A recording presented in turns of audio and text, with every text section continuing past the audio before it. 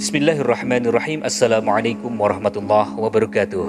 Sahabat yang dirahmati Allah, setiap manusia yang beriman pasti memiliki impian yang sama, yaitu dekat dengan Allah dan dicintai oleh Rasulullah. Amalan-amalan yang dianggap kita kecil atau sederhana yang kita istiqomahkan dan kita lakukan setiap hari tanpa kita sadari memiliki kekuatan yang luar biasa. Salah satu dari amalan itu adalah sholawat kepada Nabi Muhammad SAW. Sholawat kepada Nabi Muhammad SAW bukan hanya sebuah pujian kepada kekasih Allah, tetapi juga sebuah jalan yang membuka pintu rahmat, ampunan, dan juga syafaat bagi seluruh manusia. Kisah-kisah berikut ini adalah bukti nyata dari kekuatan sholawat, dari seorang sultan yang ditegur oleh Rasulullah karena terlewat satu malam tanpa membaca sholawat, hingga seorang ahli maksiat yang menemukan ampunan melalui sholawat. Semuanya menunjukkan betapa besar rahmat Allah Subhanahu wa Ta'ala yang tersembunyi di dalam amalan yang mungkin sering kita anggap sederhana. Lewat sholawat, seorang pemuda yang terlilit hutang menemukan solusi yang tidak terduga. Melalui sholawat juga, seorang wanita tua terbebas dari siksa kubur. Dan melalui sholawat juga, seorang ahli maksiat mendapatkan syafaat yang kemudian mengubah hidupnya secara total. Setiap kisah yang akan kita bawakan ini mengajarkan kepada kita bahwa dengan mengamalkan sholawat dan dengan pertolongan Allah, tidak ada hutang yang terlampau banyak untuk dilunasi. Tidak ada masalah yang terlalu sulit untuk diselesaikan. Tidak ada dosa yang terlalu besar untuk diampuni.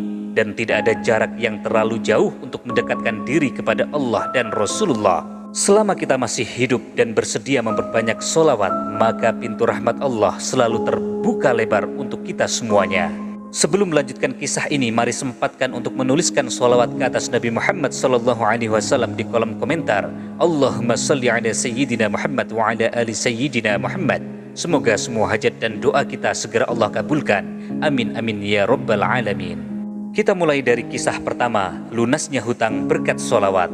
Pada masa kekhalifahan Utsmaniyah, Sultan Abdul Hamid II dikenal sebagai seorang pemimpin yang tidak hanya bijaksana dan adil, tetapi juga sangat mencintai Rasulullah SAW.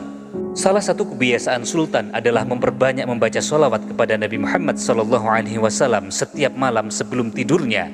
Tidak ada satu hari pun yang terlewatkan bagi Sultan untuk membaca sholawat kepada baginda Nabi Muhammad. Setiap hari Jumat setelah selesai melaksanakan sholat Jumat, Sultan Abdul Hamid II selalu menerima berbagai laporan dari rakyatnya.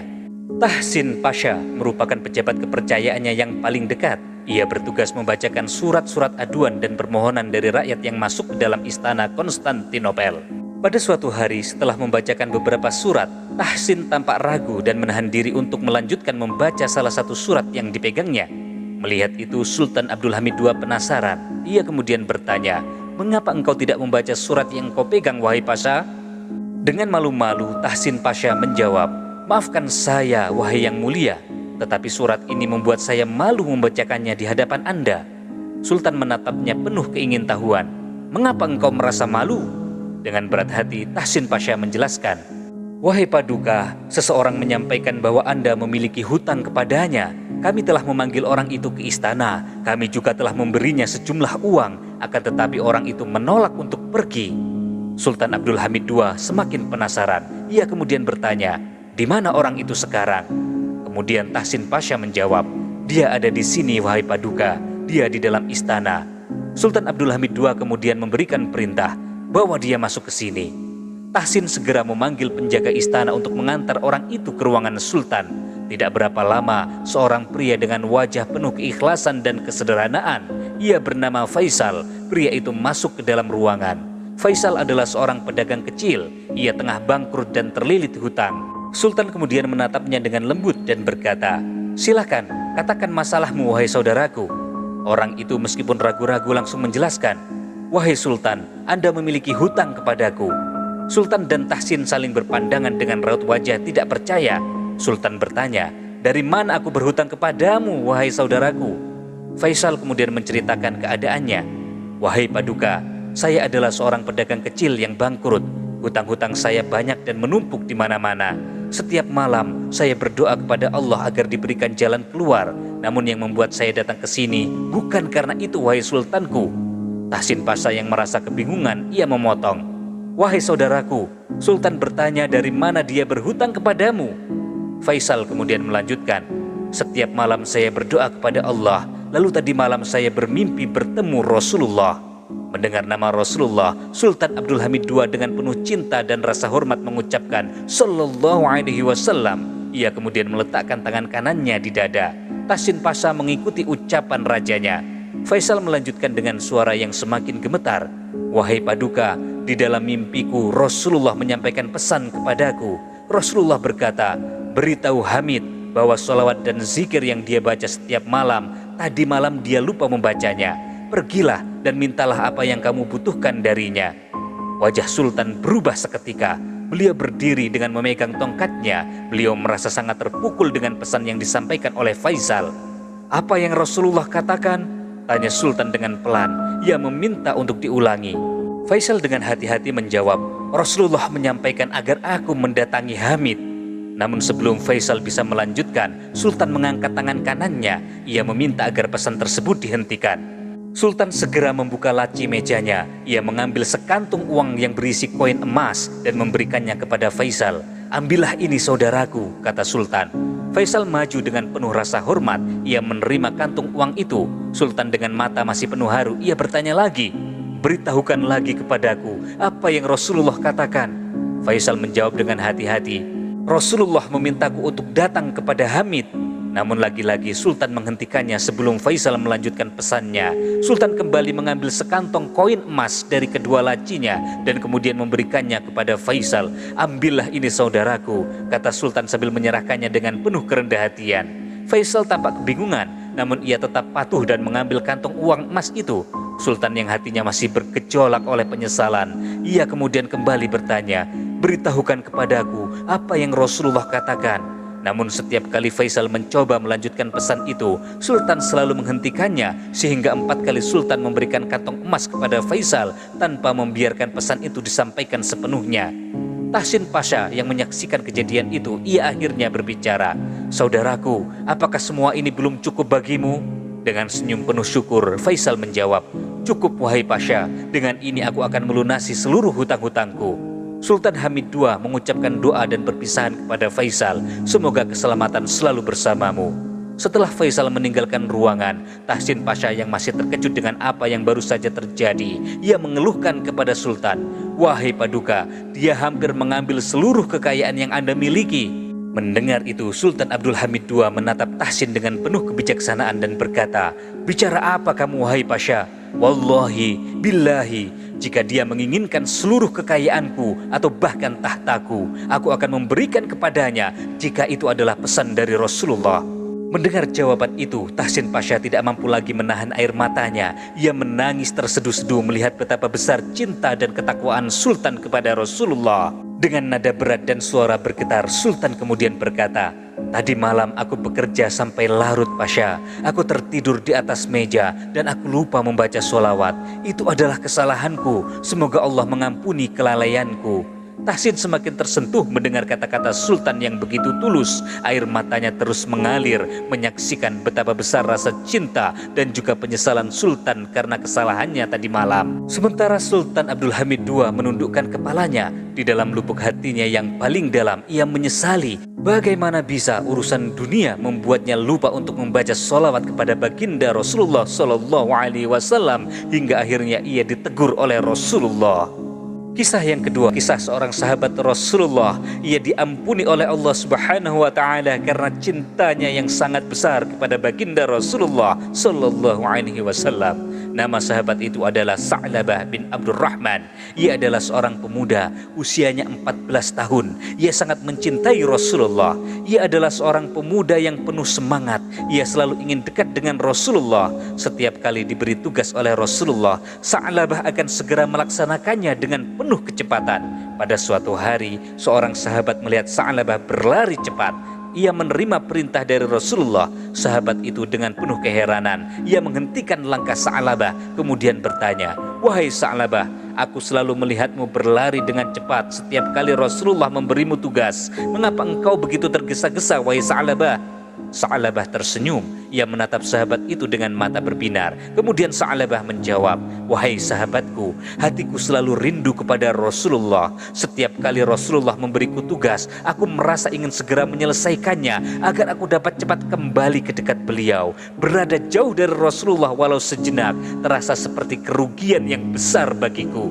Jawaban Sa'labah ini sangat menyentuh hati. Ini bukan hanya sekedar jawaban dari seorang pemuda yang patuh, tetapi cintanya kepada Rasulullah sangat dalam hingga segala tindakannya dipenuhi oleh rasa hormat dan juga kerinduan kepada sang Nabi. Namun pada suatu hari, nasib buruk menimpa Sa'labah. Ketika sedang menjalankan tugas yang diberikan oleh Rasulullah, Sa'labah tanpa sengaja melihat seorang perempuan. Perempuan itu tengah mandi di sebuah rumah. Meskipun pandangannya hanya sekilas, hati Sa'labah dihantam oleh perasaan bersalah yang luar biasa. Ia merasa telah melakukan dosa besar. Meskipun pandangannya itu tidak sengaja, akan tetapi matanya, pandangannya dalam kesehariannya adalah memandang Rasulullah SAW. Sa'labah sangat menyesal melihat wanita itu. Perasaan bersalah menghantuinya. Ini membuatnya takut dan merasa dirinya tidak layak lagi berada di hadapan Rasulullah. Singkat kata, dengan diliputi rasa takut dan malu, Sa'labah memutuskan untuk melarikan diri. Ia berlari tanpa henti, menjauh dari Madinah, mencari tempat di mana ia bersembunyi dari rasa bersalahnya. Akhirnya, ia tiba di sebuah pegunungan terpencil, jauh dari keramaian, dan ia memilih bersembunyi di sana. Ia menangis dan menyesali perbuatannya. Berhari-hari ia berada di sana, tanpa makan, tanpa minum, hingga tubuhnya semakin lemah, keadaannya semakin memburuk. Di Madinah, Rasulullah mulai merasa khawatir karena Sa'labah tidak kunjung kembali. Rasulullah bertanya kepada para sahabat, "Di manakah Sa'labah? Mengapa ia tidak kembali?" Para sahabat pun tidak mengetahui kemana Sa'labah pergi. Rasulullah kemudian mengutus Umar bin Khattab, sahabat terbaik, dan juga mengutus Salman Al-Farisi. Mereka diutus untuk mencari Sa'labah dimanapun dia berada. Kedua orang ini segera memulai pencarian di seluruh pelosok Madinah dan sekitarnya. Setelah beberapa waktu, seorang penduduk memberitahu bahwa ia melihat seorang pemuda. Ia berjalan menuju ke arah pegunungan. Umar dan Salman segera pergi menuju pegunungan itu. Setelah melakukan pencarian, mereka akhirnya menemukan Sa'labah. Keadaannya sangat lemah. Ia terbaring di sebuah gua. Dengan hati yang penuh iba, mereka mendekatinya. Namun Sa'labah dengan air mata yang berlinang berkata, "Apakah Rasulullah telah mengetahui dosaku? Apakah Allah telah menurunkan wahyu tentang diriku?" Umar dan Salman mencoba menenangkan Sa'labah. "Kembalilah wahai Sa'labah, Rasulullah merindukanmu." Akan tetapi Sa'labah menolaknya. Ia merasa takut bertemu dengan Rasulullah. Ia merasa takut jika nanti Rasulullah murka dan Allah akan menghukumnya. Namun akhirnya setelah dibujuk dengan penuh kasih sayang dan kelembutan, Sa'labah bersedia kembali ke Madinah. Setibanya di hadapan Rasulullah, Sa'labah meminta maaf. Ia menceritakan rasa bersalahnya. Dan jawaban Rasulullah penuh dengan kedamaian. Rasulullah berkata, "Wahai Sa'labah, rahmat Allah lebih luas dari segala dosa. Allah Maha Pengampun dan Maha Penyayang." Beberapa hari kemudian, Sa'labah meninggal dunia. Namun ia pergi dalam keadaan tenang setelah diampuni oleh Allah Subhanahu wa Ta'ala. Kisah Sa'labah mengajarkan kita betapa besar kasih sayang Allah dan pentingnya bertobat dari kesalahan, sekecil apapun kesalahan itu. Kisah yang ketiga, ahli maksiat yang diampuni karena sholawat. Pada zaman dahulu hiduplah seorang pemuda yang dikenal oleh banyak orang sebagai ahli maksiat. Namanya sudah tersebar di seluruh penjuru kota. Namun bukan karena kebaikannya, melainkan karena perbuatan dosanya. Ia sering terlibat dalam keburukan seperti mencuri, berjudi, dan menghabiskan waktunya dalam kemaksiatan. Hati pemuda itu tampak begitu jauh dari Allah dan perilakunya semakin hari semakin mengkhawatirkan. Namun di balik segala perbuatan buruk yang ia lakukan, tersimpan sebuah rahasia. Rahasia yang tidak diketahui oleh orang lain. Setiap malam sebelum tidur, dalam kesunyian malam yang tidak ada seorang pun melihatnya, pemuda itu selalu menyempatkan diri untuk membaca sholawat kepada Rasulullah. Meskipun jiwanya bergelimang dosa, hatinya tetap merasakan cinta yang mendalam kepada Rasulullah. Ia tidak pernah meninggalkan amalan ini, bahkan di tengah kehidupannya yang penuh dosa dan kegelapan. Pemuda ini mungkin tidak mengerti bahwa di balik sholawat yang ia lantunkan setiap malam ada kekuatan besar yang sedang bekerja dalam hidupnya. Namun hidupnya terus berjalan di jalan kemaksiatan hingga tidak ada seorang pun yang mengira bahwa di dalam dirinya ada percikan cahaya, yaitu cahaya sholawat yang ia amalkan. Pada suatu malam, pemuda ini tertidur setelah berbuat dosa. Dalam tidurnya, ia bermimpi melihat sebuah cahaya yang terang. Cahaya itu lembut dan menenangkan. Setelah semakin dekat, ternyata cahaya itu datang dari sosok yang tidak lain adalah Rasulullah SAW. Rasulullah menghampirinya dengan wajah penuh kasih sayang. Pemuda itu tertegun, ia terdiam. Hatinya bergetar saat melihat wajah mulia yang selama ini ia cintai. "Wahai anakku," Rasulullah berkata lembut, "aku tahu dosa-dosamu, namun setiap solawat yang kau ucapkan telah sampai kepadaku, dan aku memberikan syafaat untukmu." Pemuda itu tersentak, ia tidak mampu berkata-kata, air matanya mengalir deras dari matanya, hatinya dipenuhi penyesalan yang dalam. Ia menangis sejadi-jadinya di hadapan Rasulullah. Rasa bersalah menyelubungi dirinya, namun di sisi lain, ia merasakan kasih sayang yang sangat besar dari sosok yang ia cintai dalam diam.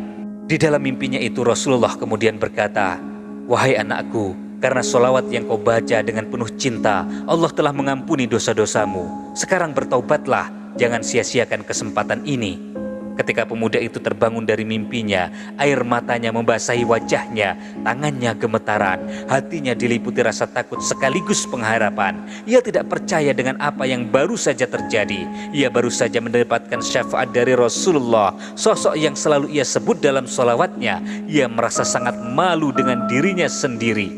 Pagi itu, pemuda itu langsung bergegas menemui seorang ulama besar. Dengan wajah penuh penyesalan, ia berkata, "Wahai Tuan Guru," katanya dengan suara tersendat-sendat, "tadi malam aku bermimpi bertemu dengan baginda Rasulullah. Beliau datang kepadaku. Beliau berkata bahwa beliau telah memberikan syafaat untukku karena sholawat yang aku baca setiap malam. Aku sangat malu, aku penuh dosa, namun Rasulullah bilang bahwa Allah mengampuniku." Sang ulama mendengarkan dengan penuh perhatian. Hatinya ikut bergetar mendengarkan kisah pemuda itu. Subhanallah, sungguh besar rahmat Allah kepadamu, wahai anak muda. Tidak ada dosa yang terlalu besar jika engkau benar-benar bertaubat kepada Allah. Allah Maha Pengampun dan Maha Penyayang. Mulai hari ini, tinggalkanlah segala perbuatan maksiatmu dan penuhi hidupmu dengan kebaikan. Teruslah bersolawat kepada Rasulullah, karena solawatmu telah menjadi jalan pengampunanmu. Di akhir hayatnya, pemuda ini meninggal dalam keadaan khusyuk di dalam sujud yang panjang, dengan tasbih di tangannya dan sholawat yang masih terucap di bibirnya. Allah memanggilnya dalam keadaan yang paling mulia. Ia meninggalkan dunia dengan penuh ampunan dan keberkahan. Orang-orang yang mengenalnya tak pernah melupakan perubahan luar biasa dalam hidupnya, dan kisahnya menjadi pengingat bagi mereka bahwa rahmat Allah selalu dekat bagi siapa saja yang mencarinya, tidak peduli seberapa gelap masa lalu seseorang. Kisah terakhir adalah terbebas dari siksa kubur karena membaca sholawat. Kisah ini bersumber dari Al-Habib Musa Kazim bin Ja'far, seorang ulama besar. Ia pernah menceritakan sebuah kisah luar biasa tentang seorang wanita yang rajin membaca sholawat sepanjang hidupnya. Wanita tua ini sangat sederhana, namanya hampir tidak dikenal oleh banyak orang, namun keikhlasannya dalam beribadah membuatnya sangat dekat dengan Allah. Kehidupan wanita ini diliputi dengan kekhusukan ibadah, dan yang paling menonjol adalah amalan sholawatnya. Sejak muda hingga akhir hayatnya, wanita ini tidak pernah lepas dari sholawat. Ia menghabiskan banyak waktunya dengan memperbanyak sholawat kepada Nabi Muhammad SAW. Ia berharap di akhirat nanti ia bisa mendapatkan syafaat dari Rasulullah. Setiap pagi setelah sholat subuh, wanita ini duduk di sudut rumahnya dengan tasbih di tangannya. Bibirnya senantiasa bergerak pelan mengucapkan sholawat. Dalam kesederhanaannya, dia menyimpan cinta yang mendalam kepada Rasulullah. Bahkan ketika usianya sudah semakin renta dan tubuhnya sudah semakin lelah, ia tetap berusaha melafalkan sholawat meskipun suaranya lemah. Banyak orang menganggapnya hanya wanita biasa. Hidupnya penuh kekurangan, tidak mencerminkan kekayaan material. Akan tetapi wajahnya selalu tersenyum dan menampilkan ketenangan. Hingga pada suatu hari, malaikat maut menjemputnya dengan cara yang lembut. Tidak ada tanda-tanda menyakitkan di wajahnya. Wanita itu wafat dalam damai, ditemani oleh alunan zikir dan sholawat yang masih terngiang di telinga keluarga dan tetangganya. Pemakamannya dilaksanakan dengan penuh kesederhanaan. Wanita itu dimakamkan di tanah desa yang terletak di tepi pemakaman tua, diiringi doa dan tangisan kecil dari orang-orang yang mengenalnya. Beberapa hari setelah pemakamannya, putranya yang sangat mencintainya mulai merasakan rindu. Malam itu, ia bermimpi bertemu sang ibu. Dalam mimpinya, sang putra melihat sang ibu berada di sebuah tempat yang sangat indah, dikelilingi oleh cahaya terang yang memancar. Ibunya tampak duduk di atas sebuah singgasana yang mewah, diselimuti oleh kedamaian yang luar biasa. Di sekeliling ibunya, bidadari-bidadari dengan pakaian berkilauan menyambutnya dengan senyuman. Putranya terkejut, ia mendekati ibunya dengan suara bergetar. Kemudian ia bertanya, "Ibu, bagaimana keadaanmu setelah wafat? Apakah engkau baik-baik saja? Bagaimana malaikat Munkar dan Nakir menanyaimu di dalam kubur, ibu?" Dengan wajah bercahaya, ibunya menjawab, "Wahai anakku, setelah aku dimakamkan, aku menunggu kedatangan Munkar dan Nakir. Aku menunggu lama di dalam gelapnya kubur, tetapi mereka tidak datang kepadaku. Aku merasa heran, mengapa tidak ada satupun malaikat yang datang kepadaku?" Putranya yang mendengar itu semakin penasaran. Ia bertanya, "Bagaimana bisa, wahai ibu? Bukankah semua orang akan ditanyai oleh malaikat Munkar dan Nakir?" Sang ibu dengan senyum menjawab, "Wahai anakku, aku sendiri tidak tahu apa yang terjadi, hingga kemudian aku merasakan dinding kuburku terbuka dan kuburku dipenuhi oleh cahaya terang yang sangat indah. Kemudian aku melihat bidadari surga datang menghampiriku. Mereka penuh keceriaan, mereka membawa aroma surga. Mereka kemudian memberitahuku bahwa ini semua aku terima karena sepanjang hidupku aku sering membaca sholawat kepada Rasulullah dan Allah telah melimpahkan rahmatnya kepadaku. Aku tidak perlu melewati pertanyaan kubur dan kuburku langsung dipenuhi dengan cahaya surga." Sang putra menangis, air matanya jatuh tidak tertahankan. Hatinya bergetar mendengarkan penjelasan ibundanya. Ia tidak menyangka bahwa amalan sederhana sang ibu telah membebaskannya dari siksa kubur yang menakutkan. "Subhanallah, ibu, engkau sungguh luar biasa. Aku tidak pernah menyadari bahwa sholawatmu selama ini yang diam-diam tanpa banyak orang yang tahu telah mengangkat derajatmu setinggi ini." Ibunya menatapnya dengan penuh kasih, kemudian berkata, "Anakku, jangan pernah meremehkan amalan kecil yang dilakukan dengan ikhlas, karena sungguh Allah Maha Penyayang dan Maha Pemurah. Setiap sholawat yang kau ucapkan kepada Rasulullah akan kembali kepadamu sebagai rahmat, dan Allah akan mencatatnya sebagai pahala yang besar. Teruslah bersolawat anakku, karena itu akan menjadi penyelamatmu di akhirat kelak." Dan sejak malam itu hidup putranya berubah. Ia mulai lebih tekun dalam bersolawat, tidak hanya untuk dirinya sendiri, tetapi juga sebagai wujud cintanya kepada sang ibu yang telah pergi dengan cara yang indah. Ia menceritakan mimpi itu kepada teman-temannya dan juga kepada orang-orang di desanya. Kisah itu segera menyebar ke seluruh penjuru desa. Banyak orang yang tersentuh oleh kisah itu. Mereka yang sebelumnya mungkin jarang membaca solawat, kini mulai rajin mengamalkannya. Mereka berharap agar kelak mendapatkan rahmat seperti yang dialami oleh wanita tua itu. Sahabat-sahabatku yang dirahmati Allah, sholawat adalah sebuah amalan yang mungkin terlihat sederhana, tetapi kekuatannya tidak bisa kita bayangkan. Sholawat menjadi perantara kita dengan Rasulullah, dan di balik lafaz-lafaz sholawat yang kita panjatkan, terdapat keberkahan yang mengalir di kehidupan, baik dunia maupun akhirat. Dari kisah Sultan Abdul Hamid II yang ditegur Rasulullah di dalam mimpi karena lupa bersolawat satu malam, hingga pemuda yang bangkrut yang akhirnya dilunasi hutangnya karena solawat, kita belajar bahwa sholawat tidak hanya membawa kita dekat kepada Rasulullah, tetapi juga memberikan kita keberkahan yang nyata di alam dunia. Tidak ada yang terlalu hina atau terlambat bagi Allah untuk memberikan rahmatnya kepada manusia. Seorang ahli maksiat yang diampuni karena sholawat, seorang pemuda yang diberi syafaat dalam mimpi karena cintanya kepada Rasulullah. Semuanya menunjukkan Allah selalu menunggu taubat dan kebaikan kita. Sholawat menjadi salah satu jalan yang paling mudah untuk mendekatkan diri kepada Allah dan juga kepada Rasulullah. Bahkan bagi mereka yang mungkin merasa tidak layak karena dosa-dosa mereka. Melalui kisah ini kita diingatkan bahwa mencintai Rasulullah dan juga keistiqomahan dalam bersolawat bisa mengubah hidup kita. Apapun keadaan kita saat ini, terlilit masalah, bergelimang dosa, memiliki hutang yang menggunung, atau bahkan hanya merindukan kedamaian hidup, Allah selalu membuka jalan bagi siapa saja yang bersungguh-sungguh di dalam mengamalkan solawat. Salawat bukan hanya doa, tetapi sebuah jembatan menuju rahmat Allah dan juga syafaat Rasulullah. Mari perbanyak membaca salawat di dalam setiap detik kehidupan kita, karena di dalamnya terdapat cahaya yang mengubah kegelapan menjadi terang benderang, serta mendekatkan kita kepada syafaat Rasulullah di hari kiamat nanti. Masya Allah, betapa besar kasih sayang Allah kepada hamba-hambanya yang tidak pernah berhenti untuk mencintai dan memuji kekasihnya, yaitu Nabi Muhammad SAW. Allahumma salli wa sallim ala Sayyidina Muhammad wa ala ali Sayyidina Muhammad.